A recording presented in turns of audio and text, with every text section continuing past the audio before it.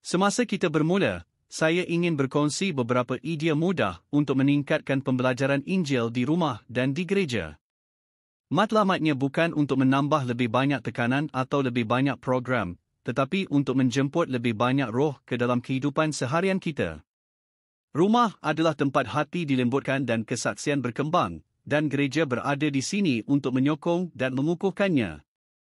Malam ini kita akan bercakap tentang cara praktikal mana-mana keluarga, dalam apa jua keadaan, boleh membina rumah yang lebih dipenuhi roh, menggunakan alat yang telah Tuhan letakkan di tangan kita. Pada tahun 2018, Presiden Russell M. Nelson mengajar bahawa corak Tuhan untuk zaman kita adalah pembelajaran Injil yang berpusatkan di rumah dan disokong oleh gereja. Ini bermakna perjumpaan sakramen, kelas, dan aktiviti bertujuan untuk menyokong apa yang berlaku di ruang tamu, dapur, dan kereta, bukan menggantikannya. Apabila kita memahami corak ini, kita berhenti menunggu hari Ahad menjadi satu-satunya pengisian rohani kita.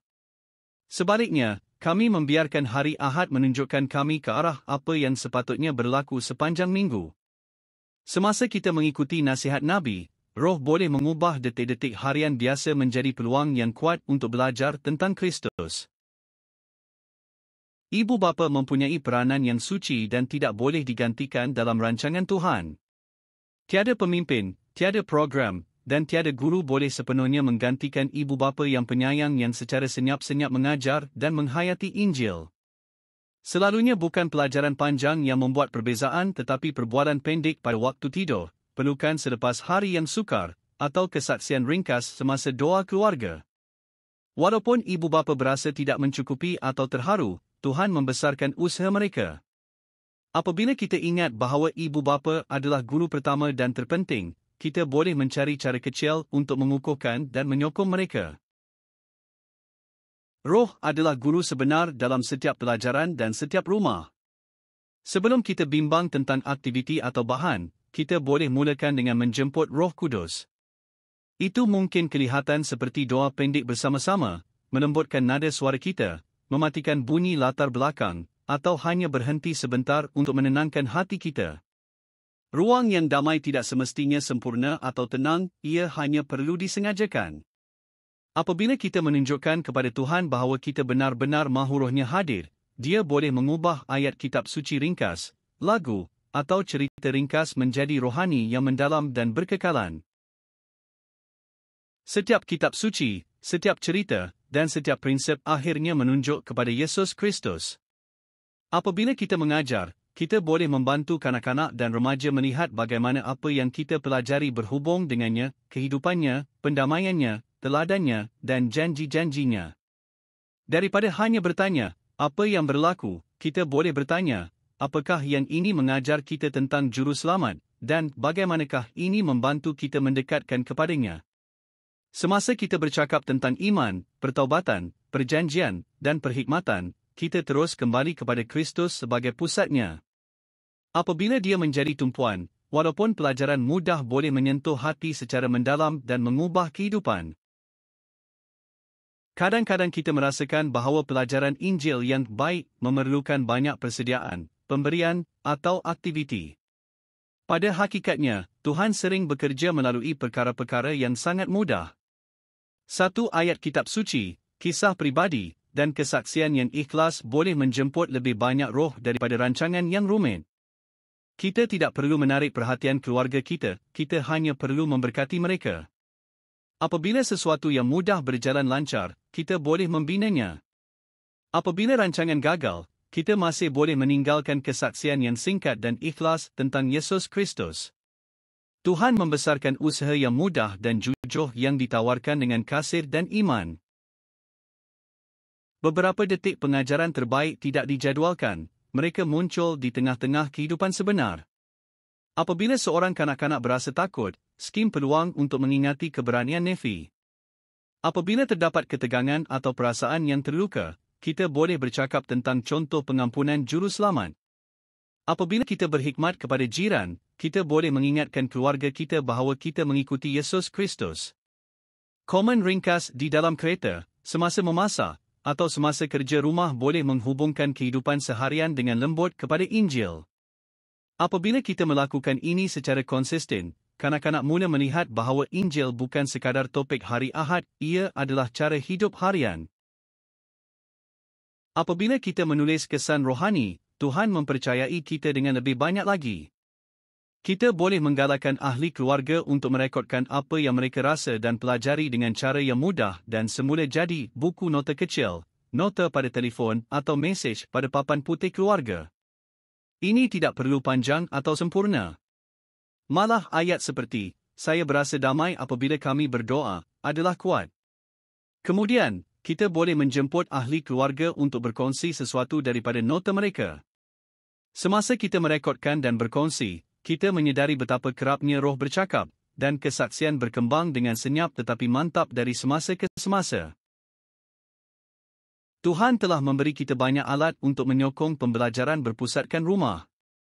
Manual Ikutlah Aku, aplikasi perpustakaan Injil, mengajar dengan cara juruselamat, serta video dan seni gereja semuanya boleh membantu kita. Kita tidak perlu menggunakan semuanya sekaligus, hanya pilih satu atau dua sumber yang sesuai dengan musim dan masa keluarga kita. Mungkin ia menunjukkan video pendek, membaca satu perenggan, atau menggunakan gambar untuk memulakan perbincangan. Apabila kita dengan doa memilih dan menyesuaikan sumber ini dengan keperluan kita, ia berhenti berasa seperti kerja rumah dan mula berasa seperti berkat dan sokongan. Muzik suci menjemput roh dengan cara yang unik dan berkuasa. Nyanyian pujian ringkas atau lagu pratama yang dimainkan sebelum atau selepas pengajian keluarga boleh melembutkan hati, terutamanya apabila rentang perhatian pendek. Kreativiti juga membantu Injil tenggelam lebih mendalam. Kanak-kanak mungkin melukis gambar tentang apa yang mereka pelajari, melakonkan kisah kitab suci, atau menghafal ayat pendek bersama-sama. Belia mungkin mencipta senarai main lagu-lagu yang bermakna. Aktiviti ini bukan hanya untuk membuat orang sibuk, ia membantu kebenaran bergerak dari minda ke hati. Roh sering bercakap dengan lembut melalui muzik, seni, dan usaha kreatif yang mudah. Setiap keluarga berbeza, dan setiap musim kehidupan adalah berbeza. Apa yang berjaya tahun lepas mungkin tidak berfungsi sekarang, dan tidak mengapa. Konsistensi dan cinta jauh lebih penting daripada jadual yang ketat atau struktur yang sempurna. Jika duduk untuk pengajian formal yang panjang terasa mustahil, kita boleh mencuba pemikiran yang lebih pendek semasa makan malam, di dalam kereta, atau sejurus sebelum tidur. Sesetengah kanak-kanak belajar paling baik dalam kumpulan, yang lain membuka lebih banyak dalam perbualan satu lawan satu. Apabila kita kekal fleksibel, sabar, dan bersedia untuk menyesuaikan diri, Tuhan boleh membimbing kita kepada corak yang memberkati situasi keluarga kita yang unik. Kita semua menghadapi halangan sebenar. Apabila semua orang letih, kita mungkin mengakhiri dengan ungkapan kesyukuran yang ringkas atau lagu untuk menaikkan hati.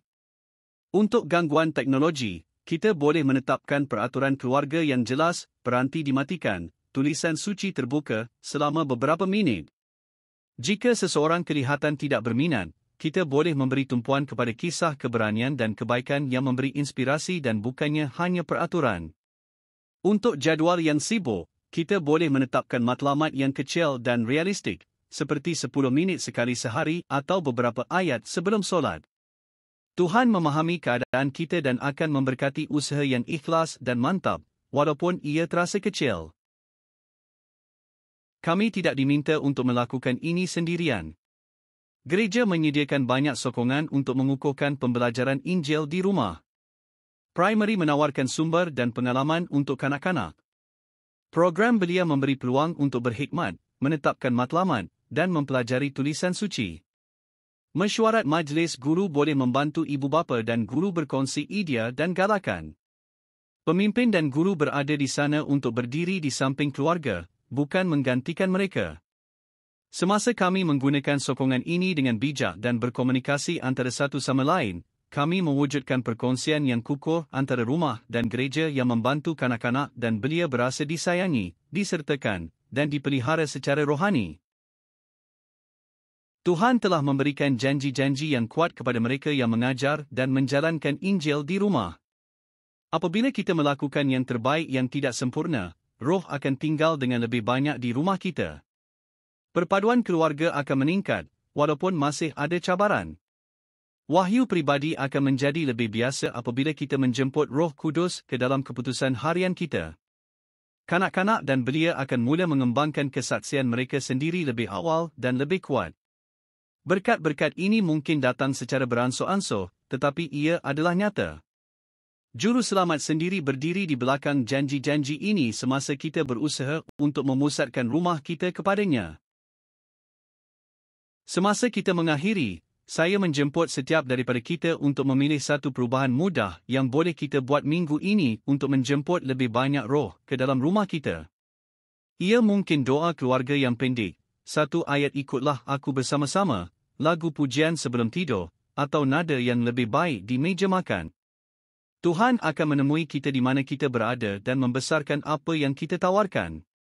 Saya bersaksi bahawa apabila kita mengikuti Nabi dan menjadikan rumah kita lebih berpusatkan rumah dan disokong oleh gereja, kita akan merasakan kehadiran Juru Selamat lebih kerap dan melihat tangannya dalam keluarga kita.